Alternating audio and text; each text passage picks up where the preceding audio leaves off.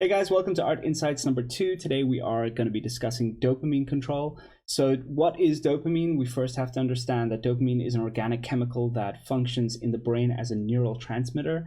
The role of dopamine in our brain is to reward certain behaviors with an emotional feeling of joy. So it's essentially when you set the loop up, it hijacks your brain. So let me give you a hijacking example here, right? So imagine you go to the shop and you want to buy some shoes. So you drive to the shop, you buy the shoes, you drive home with the shoes, only to realize you don't have them. So you drive back to the shop, buy the shoes, drive back home. Oh, I don't have them. And you keep doing that. So it's an endless loop where your brain gets essentially hijacked into craving the thing that you want and never quite giving it to you. It's kind of sneaky like that. So that is a very base level animalistic way of thinking of dopamine. Of course, I believe that dopamine is separated into two parts. The short-term release, which isn't really that healthy for you, and then there's long-term releases when you complete a task that is a very difficult project, and that allows positive dopamine to enter into your brain and fuel you forward in your personal life, career, wherever it might be, right? So there was an experiment done a little while ago where they hooked up some electrodes to a rat's brain and they tracked its dopamine, and they found that whenever a rat hit the switch, it would release some dopamine in its brain. And the response from the rat was to start pressing that switch over and over again to the point where it forgot to eat or drink, and it just died from starvation and thirst. So a little bit scary, but it just goes to show that dopamine is a very powerful indicator in our body that allows us to drive some pretty incredible stuff, which we'll cover a little bit later. So just a side note here, but Parkinson's and Alzheimer's has also been linked to a lack of dopamine in the brain. So if you're depressive or someone who is not getting a lot of dopamine or enough vitamins to kind of fuel the dopamine response in your system, your brain tends to degenerate into those diseases, which if you have a propensity for it, it's obviously not that good, right? So I've split the dopamine paths in our brain into two ways that is kind of understandable. So I have here the short-term path and the long-term path that you can create within your brain chemistry. Okay, so as artists, how is this pertinent? Okay, so first of all, we have to accept that today, let's be honest, like most of us are addicted to something in life, right? Like it's a phone or it's a game or it's an experience, whatever it might be. We all have these little vices in our life. And I'm talking about professionals too, right? Like the best of the best have these vices as well. It could be even coffee, right? It could be anything. And so with these things, these are called short-term responses because the moment you have it or the moment you engage in it, your brain releases that dopamine response and you feel good in the moment. Okay, so that's one way to kind of tell that, it's going on in a short-term way. Typically speaking, if you abuse these avenues of dopamine, short-term dopamine response, it tends to affect your life in a negative way. It tends to shrink your potential. It can harm your career and possibly your personal life as well if it gets really bad. So professionals, I've noticed in the industry, have this incredible ability to replace short-term dopamine response with long-term dopamine response. That's not to say they get rid of all of the short-term stuff like coffee or whatever it might be, but they definitely eliminate a vast majority of it in order to work on very high-end goal stuff, right? So here's an example of trying to understand how it works. So short-term path dopamine habits are easy to get going, but are tough to live with.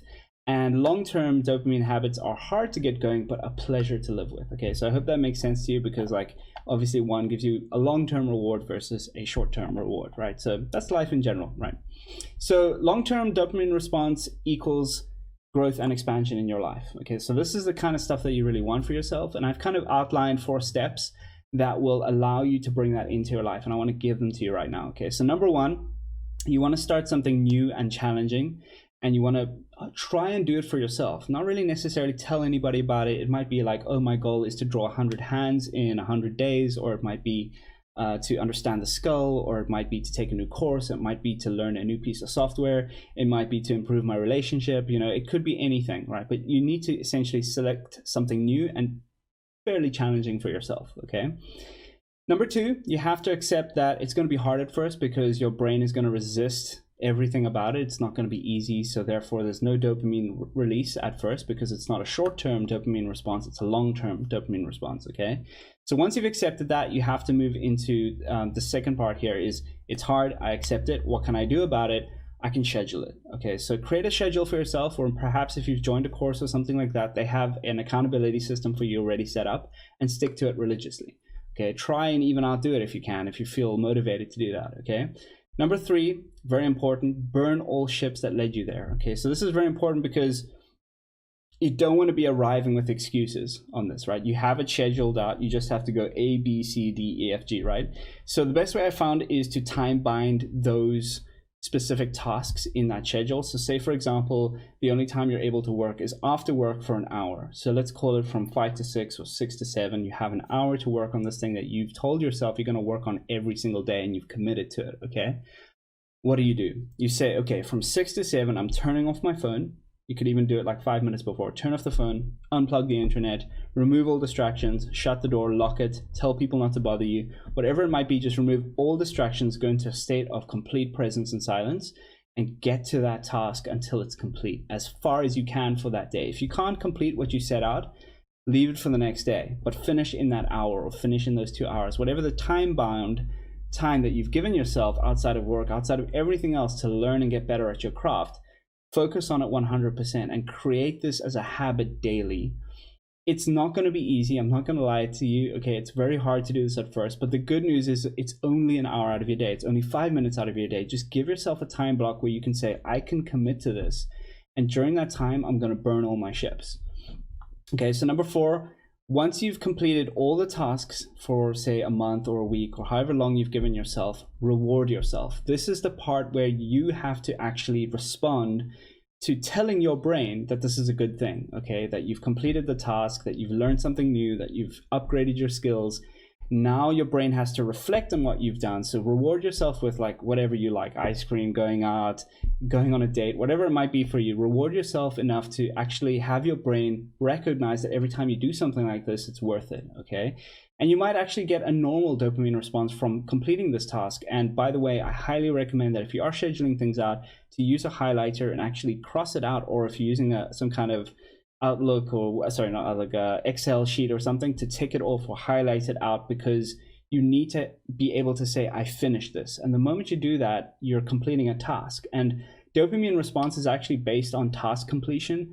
If you look at video games, that's why video games are so insanely addictive, is because you're constantly completing micro tasks that are actually pretty easy to complete.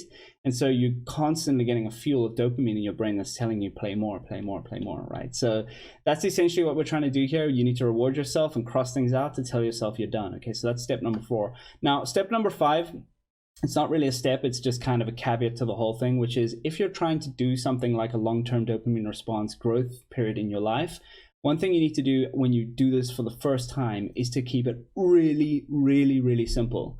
So it might be something like, I need to learn how to draw lips. Okay, so I'm going to draw lips for 3 days. It could be as simple as that. You don't need to go more crazy than that. You might even give yourself like, I need to do 3 of them a day, and that might be it, right? So start very small and start building up that sketchbook, building up that portfolio, building up whatever you're building, start to build it up. It could even be a new language, for goodness sake, right? And that's about it, guys. So I hope you found this interesting. This is something I've put into practice for myself, and I'm going to get into the effects of doing this in a future video called The Gravity Chamber. And I hope you stick around long enough to find out what that's all about. If you like this video, please leave a comment below. Consider liking and subscribing to the channel if you want to see more of this content. And thank you so much.